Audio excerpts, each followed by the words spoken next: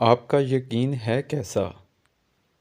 اللہ تعالیٰ قرآن پاک میں فرماتا ہے کہ تم مجھے ویسا ہی پاؤ گے جیسا تم میرے بارے میں گمان رکھتے ہو۔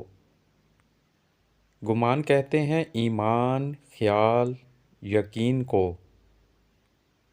جب حضرت موسیٰ علیہ السلام کے پیچھے فرعون کا لشکر لگا ہوا تھا، آگے پانی تھا، یعنی آگے بھی موت، پیچھے بھی موت، لیکن آپ کا یقین اللہ پہ تھا، تو اللہ پاک نے پانی کے اندر سے رستہ بنا کر آپ علیہ السلام کو بچا لیا۔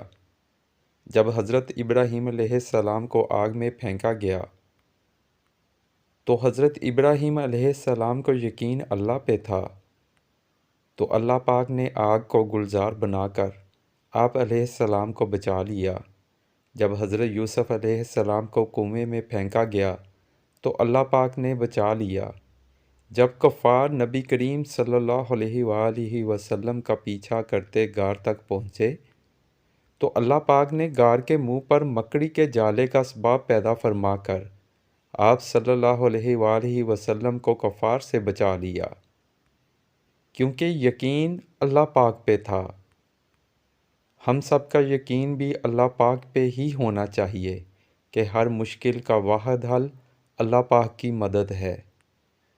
جب ہمارا یقین یہ ہو، ہمارا گمان یہ ہو، ہمارا ایمان یہ ہو، تو اللہ پاک وہاں سے رستے کھولتا ہے، ایسے اسباب پیدا فرماتا ہے کہ بندہ کے وہم و گمان میں بھی نہیں ہوتا۔